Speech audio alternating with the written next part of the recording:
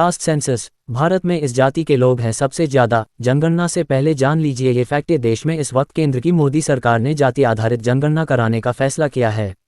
लंबे समय से चल रही इस मांग को अब केंद्र ने हरी झंडी दिखाई है। एक तरफ जहां इससे पूरे देश में राजनीति गरमाई हुई है, वहीं विपक्ष इसे अपनी बड़ी जीत के रूप में देख रहा है। विपक्ष का कहना है कि कांग्रेस और सपा पिछले काफी वक्त से जाति आधारित जनगणना की मांग कर रही थी, जिस पर अब केंद्र ने फैसला किया है। उम्मीद जताई जा रही है कि जनगणना इस साल शुरू होकर 2026 तक चल सकती है। लेकिन जनगणना से पहले ये जान लेते हैं कि आखिर देश में किस जाति के लोग सबसे ज़्यादा रह रहे हैं। जाति जनगणना का क्या अर्थ है?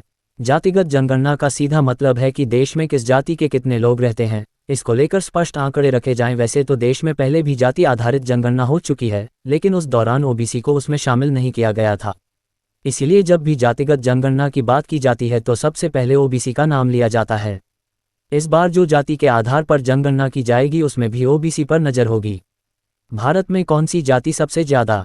साल 2011 में जब जनगणना की गई थी, उस वक्त 46 लाख जातियां सामने आई थीं।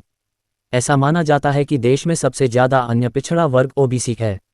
वहीं साल 1931 में जो जनगणना हुई थी उसमें पिछड़ी जातियों की आबादी 52% से ज़्यादा है। असल में जब देश में मंडल कमीशन लागू हुआ था, उसी वक्त ये बताया गया था कि देश में ओबीसी वर्ग 52% है। तब सरकार जिस 52% के आंकड़े पर पहुंची थी उसका आधार 1931 का सेंसस था। हालांकि यह आंकड़ा तभी सही माना जा सकता है जब दोबारा से जनगणना की जाए। जातिगत जनगणना का क्या है फ़ायदा? जातिगत जनगणना का जो लोग समर्थन करते हैं उनका मानना है कि सेंसस से ही जाति के बारे में पता चलेगा। जनगणना के बाद ही सामाजिक, शैक्षणिक, राजनीतिक और आर्थिक स्थिति को लेकर चीज़ें स्पष्ट होती हैं। इसके बाद ही ओबीसी जातियां अपने हिसाब से सरकार से चीज़ें मांग सकती हैं। आज के लिए बस इतना ही। अगले वीडियो के लिए हमें इजाज़त दीजिए। धन्यवाद।